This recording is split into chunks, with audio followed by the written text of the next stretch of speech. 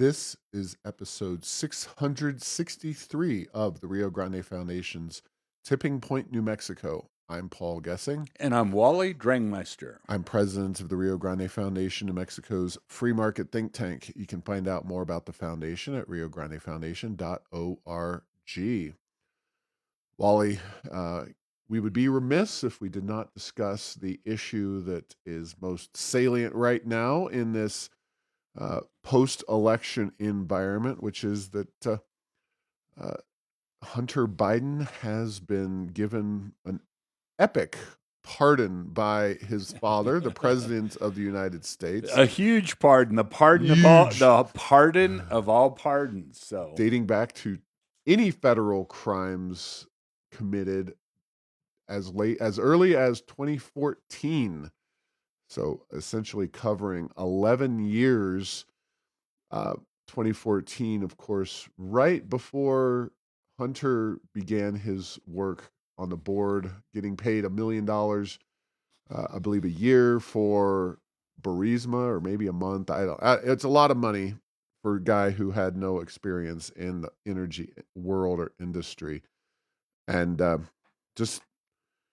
this is yet another example of the Biden and the media putting forth things, saying that they're not going to do something, when I don't think there was any question that they were going to do this all along. And it's hypocritical, to say the least. Yes, and Paul, I had zero surprise at this. You know, and there's the sites where you can make bets politically on things, and I don't know if there's one of those, but yeah, I thought there's virtually 100% chance he would pardon. And keep in mind that this is the Biden pardon. Yes, he pardoned his son, but he really pardoned himself too, when you get right down to it, because that's how they would have gotten to the president and his legacy. And when we're talking about Biden's legacy, what there is of it's probably damaged by this, but nothing compared to what would have happened if his son would have gone forward. And then the one thing I will say, I'm citing my sources. The Babylon Bee, in their wisdom, said that one of their spoof headlines was that the president now needs to pardon his son again because he committed 17 more crimes since the pardon was issued. The key is that his son's going to have to keep his nose clean, both literally and figuratively, going forward. I don't think there'll be a whole lot of sympathy for him, and we'll see whether that happens. But again, par for the course, no surprise from my point of view. But everyone on the left, at least, is at least going through the motions, and that's comical in and of itself. About, oh, we can't believe that he did this. Oh my goodness, who would have ever thought? And I think that what's the fallout of this? I don't know if there'll be a whole lot more, because I think the election went the way it went because of a lot of things like this, but not necessarily this one. But it certainly, I think, might have solidified in people's minds that they did make the right choice in who they voted for this most recent presidential election. Yeah, I think fallout, the biggest thing you'll get is the kind of recognition that whatever Trump does, Trump can do, and you can't pitch much of a fit about it, because it's, this is a unique power in American constitutional law. We've never had a small d democracy, in the sense that, even though it's often discussed and portrayed as a democracy, the Electoral College, the makeup of the U.S. Senate, numerous others, the checks and balances inherent in three different branches of government, are just some of the major issues. Obviously, the Bill of Rights, free speech, that's all anti-democratic.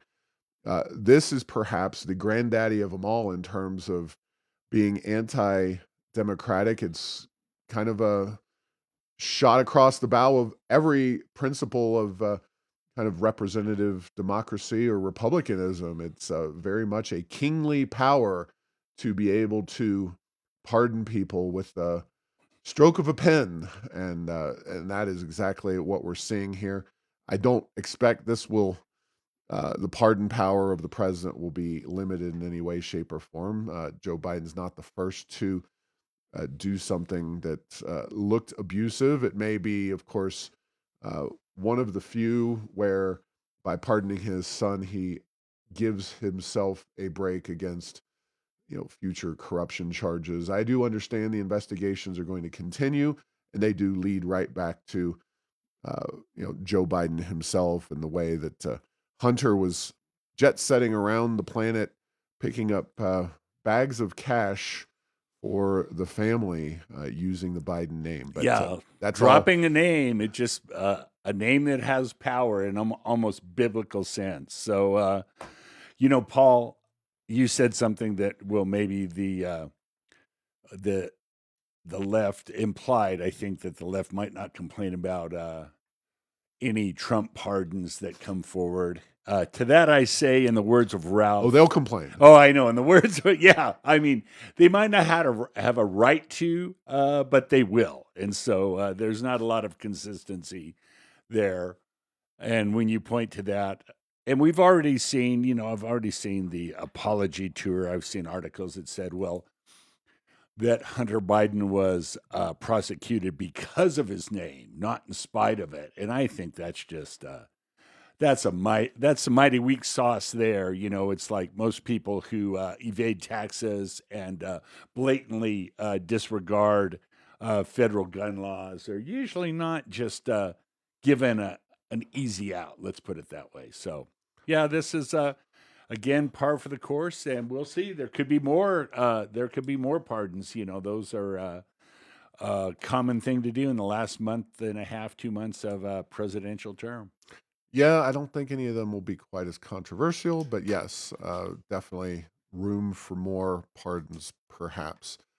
And of course, executive action in general. We'll talk about that in a brief special interview later on. But uh, another note relating to something that we've watched very closely, that is the Maxeon deal. And Maxeon, according to the latest information available before this big announcement, which happened right before Thanksgiving, uh, Maxeon had said, we are going to break ground on our Albuquerque facility, 1.9 million square feet in the fourth quarter of 2024. Well, kind of like a football game, we were getting down to the fourth quarter, maybe the 2-minute warning, and of course, very few announcements going to happen right over the holidays. But Maxeon did make an announcement, and I guess taking the football metaphor one step further, they called an audible.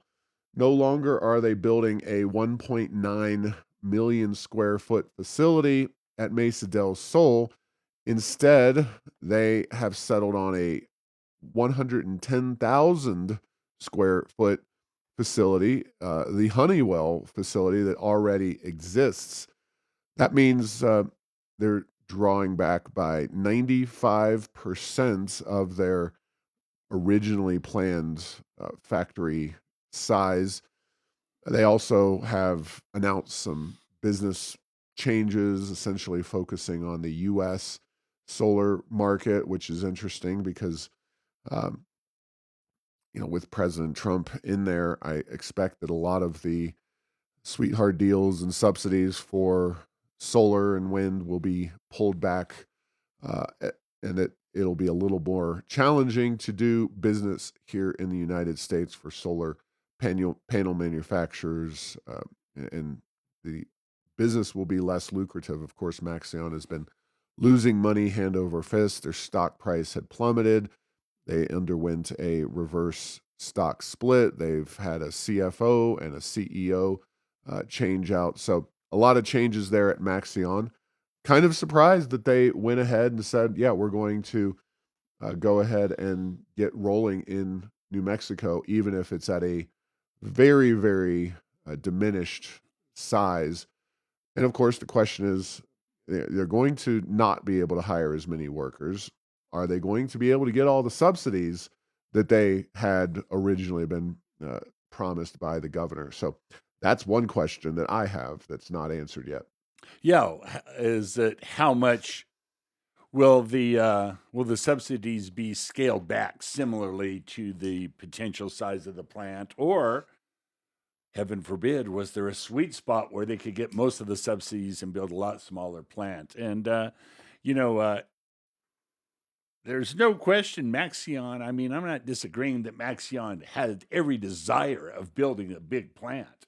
They just their financial condition there's just prohibits it, and with the federal, a lot of federal programs require you to build things in the U.S. There's certainly a reason for them to do that, but Maxeon is certainly in a tight spot financially, and we'll see if they're able to follow through with this to the point where they actually can produce equipment here in New Mexico, or if it falls short, because again, their situation financially is very tenuous. Yeah, it's not surprising that they have shrunk their footprint here in New Mexico. We'll see when exactly this starts to roll. It's obviously pretty obvious. You need the building permits when you start turning dirt on a new facility. Obviously, you can do a lot with a existing facility that doesn't require so much public kind of knowledge. You can send your work crew in and start uh, moving things around very quickly. But I'm somewhat skeptical that even this scaled back plant will ever come to fruition. I probably will, but you never know, given the ever changing world of solar uh, policy and just the way that this company's been losing so much money for years on end. So, Yeah, and then Paul, the final point I'd like to make is that we're having, back in the old days, there used to be what was called the Sports Illustrated curse. Like if you just had a record season or you were named MVP, they put you on the cover of Sports Illustrated, and there was at least in popular culture that person would then have a horrible year after that. Well,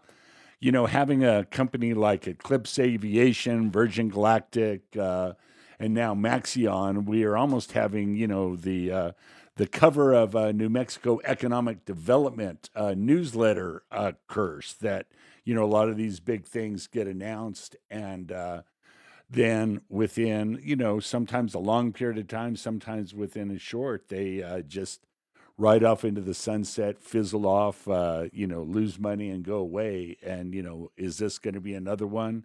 I don't know. It would, given all of the money that New Mexico is investing in this, we certainly hope not.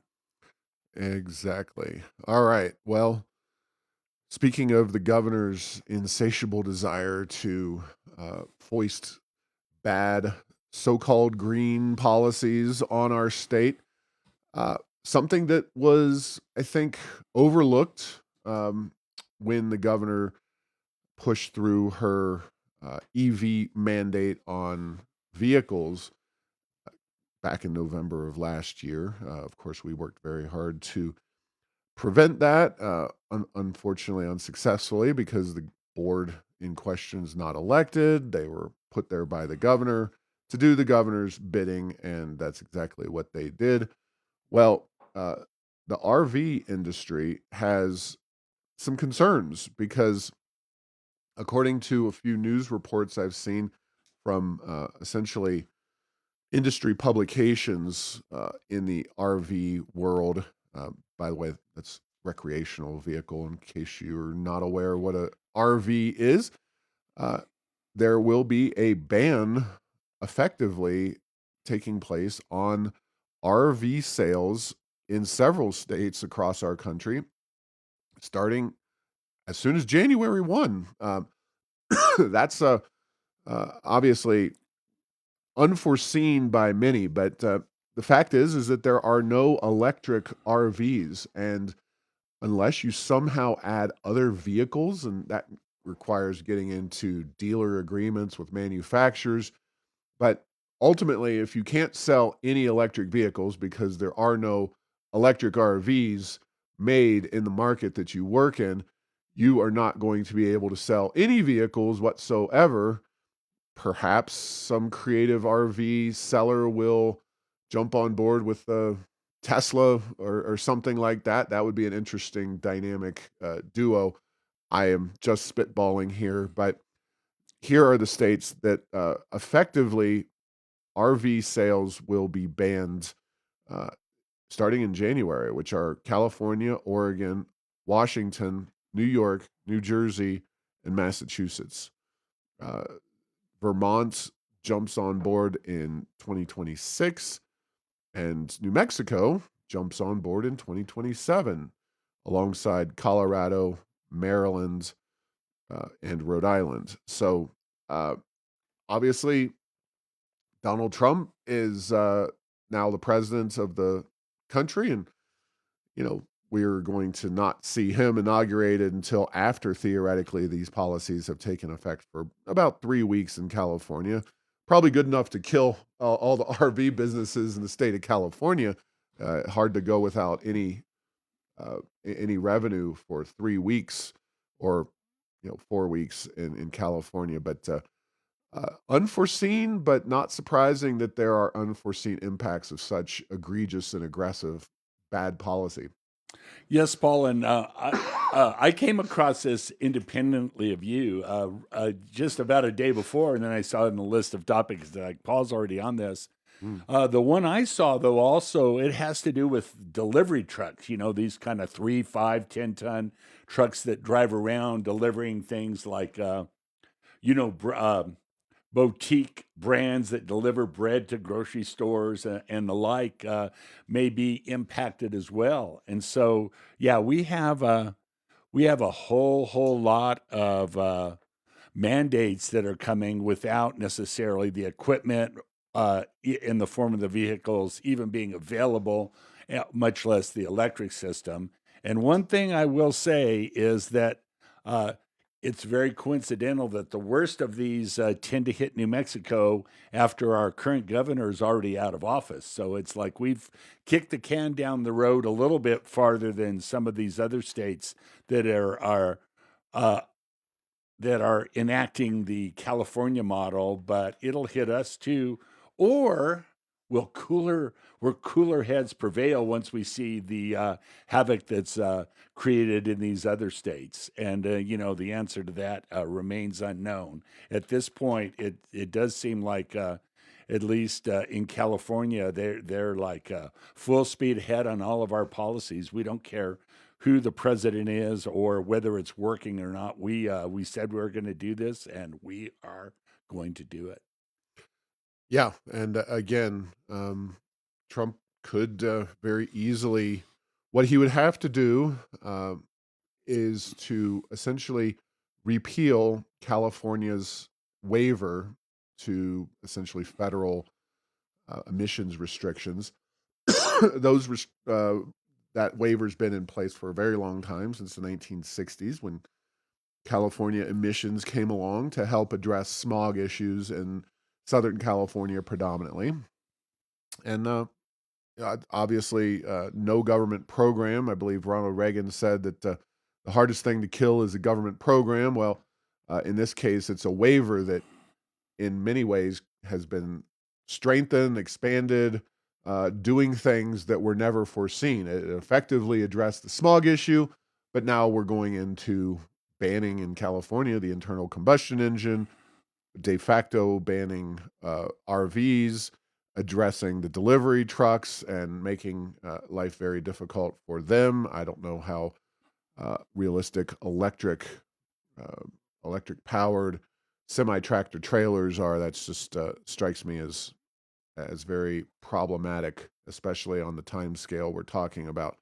So, if you're in the market for an RV in New Mexico, be aware that things could be a problem as soon as 2027. And if you want to go purchase one in Arizona, Texas, Oklahoma, Utah, that would be, you know, they're free market when it comes to RVs. There's no restrictions currently in place or that are going to come in any of these years. So just more jobs, more tax revenue, leaving the state of New Mexico for these green pipe dreams. But I have faith that President Trump will do something about this. Although, on the other hand, I sit here and say, well, why is it up to President Trump to save these crazy blue states from themselves?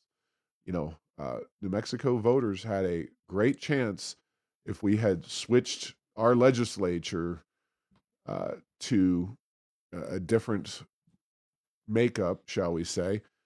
They could have immediately overturned the governor's uh, electric vehicle mandate and uh, would have been able to override a veto if we'd seen a real aggressive legislature. Unfortunately, the voters have kept going back to the well and supporting the same broken, bad policies. And it's frustrating as somebody who does New Mexico policy, but hopefully, as a American, as a rational human being, Trump will bail us out.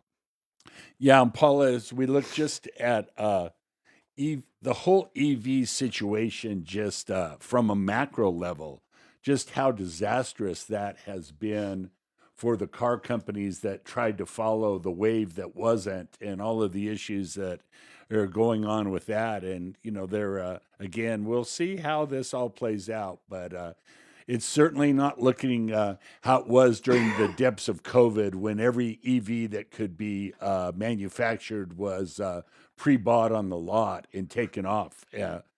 And the thing that's starting to replace that is something that the enviros hate, and that's the hybrid car is a kind of way in between. But boy, they do not like that for whatever reason. But I have a feeling that if things are going like they seem to be going nationwide in the industry and in other states, maybe cooler heads will prevail by the time the worst of this hits New Mexico. But again, don't no guarantees that that's the case. Yeah, it's just a shame to have to rely on the federal administration that New Mexicans, by and large, did not vote for to keep our best interests in mind. And this is obviously uh, the same regarding a wide variety of other energy policies. So, in fact, uh, one policy not directly related to energy, but something that's going to potentially be addressed in the upcoming legislative session. Another one that I would love to see federal action. I think this would have to be an act of Congress, could be a little more difficult, but there's no question that Medicaid is just a broken federal program. Lots of fraud and abuse, very poor incentives, both for the recipients of Medicaid as well as for the states, because New Mexico is poor. We get more money, a higher percentage of money thrown at us thanks to Medicaid. Then there's taxes that the state charges on Medicaid, and it just turns into a vast money laundering scheme, albeit a legal money laundering scheme. So, what does this all have to do with this upcoming session? Well, there is going to be a proposal in the legislature to expand Medicaid in New Mexico, a state that already is number one when it comes to dependency on Medicaid. The Legislative Finance Committee says 47% of our citizens are on Medicaid. Uh, World Population Review, a website that I frequently use, says we're number one at 42% of our population on Medicaid. Regardless, there is a very robust connection between low workforce participation rates, as we see in New Mexico, and our Medicaid program. Obviously, there's challenges that this creates in terms of reimbursement rates and medical provider shortage, etc. But as the Santa Fe, New Mexican notes in a recent article, actually the Albuquerque Journal, uh, that the legislature will consider Medicaid forward in the 2025 session. The idea is to allow higher income people who are not eligible for Medicaid to jump onto the program. The cost of the plan is expected to be $88 million if adopted, of course.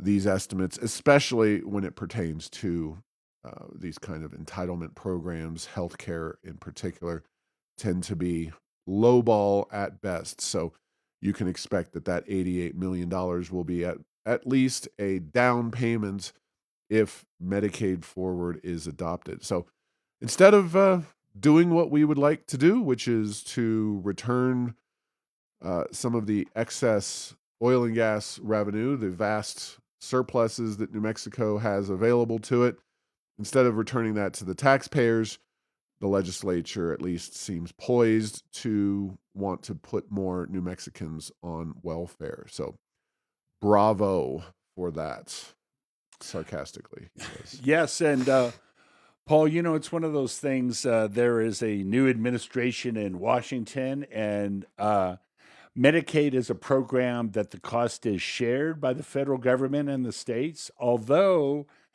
compared to a decade or two ago, the amount that the feds pay is way, way higher.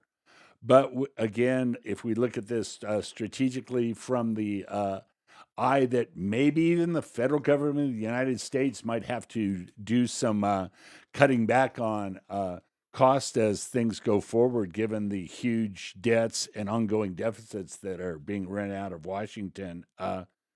This may work out for New Mexico, or it may not, and so it also, at a minimum, is likely to not make our healthcare provider shortage better by moving to this. So we're getting to that kind of Great Britain national health system where, yeah, you have near free or near free healthcare for many of your citizens. You just don't have providers to provide it. So those are a couple of the issues that are there. But there's no question that all of these problems were going to be solved by the Affordable Health Care Act, and it just seems like they keep coming back time and time and time again. That there was not really many things that were fixed by that, and there was an illusion of them being fixed for a few years, but not anymore. Yeah. So something else to add to the list of priorities for us this session. In a 60-day, there's always plenty for us to deal with. And unfortunately, yet again, we will be facing a challenging policy environment, to say the least, when it comes to what's going on in Santa Fe. I make no pledges that we will succeed in stopping all of these bad ideas. So another bad idea is that there are conversations underway to overhaul, if you're not watching, I did the air quote thing, New Mexico's anti-donation law, which has already been weakened quite dramatically over the decades. This anti-donation clause is in the Constitution way back in 1912, when it was adopted. The idea being that Western states, including New Mexico, were often essentially using legal mechanisms to bribe railroads to build their tracks through given areas, given states, and providing large tracts of lands and other cash benefits to those railroads way back in the day, being, of course, a form of economic development, and the railroads being extremely important in that cause. Uh, Certainly, I can understand where they were coming from, and unfortunately, over the years, the anti-donation clause has been defanged of its primary purpose, which is to prevent the handover of tax dollars from we the people to well-connected businesses. So that was pulled out, but the anti-donation clause still had enough kind of juice that we felt that we were on good, and we believe we still are on good, solid ground when it comes to the city of Albuquerque City Council in the wake of the leaking of the Dobbs decision on Roe v. Wade, uh, donating, quote unquote, $250,000 of our money here in the city of Albuquerque. And the anti-donation clause, just to be clear, is not just a state law; it applies to local governments as well. That they donated $250,000 to Planned Parenthood. We believe that that is blatantly against the anti-donation clause. Now, we don't have text of this bill. This is a Santa Fe, New Mexican article that you can read for yourself. Currently, it is, let's see, lawmakers propose major overhaul to New Mexico's anti-donation clause, uh, November 28th. So there are challenges with the anti-donation clause. Of course, the biggest challenge is that New Mexico ties so much of its money up in government that a lot of things that would otherwise be done by the private sector that we want to see done can't be done by the private sector because there are no private sector businesses or players to make it happen. And this would just be another step down the very problematic slope of more government being allowed to do more things. And the idea that legal donations to organizations like Planned Parenthood uh, strikes me as perplexing and harmful, to say the least. Wally, what say you? Well, to be clear, Paul, and I know that there's not legislative text, overhaul does not mean make more stringent and make Oh, harder to right, use. right, right. Yeah, I mean, that's so, you hear we're going to overhaul the anti donation clause. You might think that there might be more anti donation clause power, but no, there's going to be less. So, your point is well taken about there aren't private organizations. What the federal government does a lot of times is they do grants to governments, grants to organizations to do things that they want to do, knowing even the federal government knows this a little bit, is that maybe another government bureaucracy isn't the one to do this, even though the free market is not necessarily providing all of it that we want. But in New Mexico, it's one of those, we're a small state, couple million people, aging population, uh, not a whole lot of industrial or economic progress other than the oil and gas industry. And so the key is that a lot of times if things are going to happen, government's going to have to be a very, very, very big part of it. And I don't know, again, the history of the state of New Mexico deciding what will work and what will not has not been the best. Let me just put it that way. And so we'll see how this goes. And I know that there will be organizations that will love this. And it's the economics. And one lesson is that if you get some money from the state of New Mexico that you wouldn't have gotten otherwise, and nobody else gets, you'll love it. But is that helping the state on balance? We'll have to see. The track record's not been great on the things that have been given to get around the anti-donation clause to date, as it is. You got it. All right. Well, we are going to leave things there. Thanks for listening to this week's episode. Find all episodes at tippingpointsnm.com or at the Rio Grande Foundation's YouTube channel. Subscribe to the show at Apple, Stitcher, or tell Google Home to play Tipping Point New Mexico. Thanks to Path 3 Marketing for producing this show.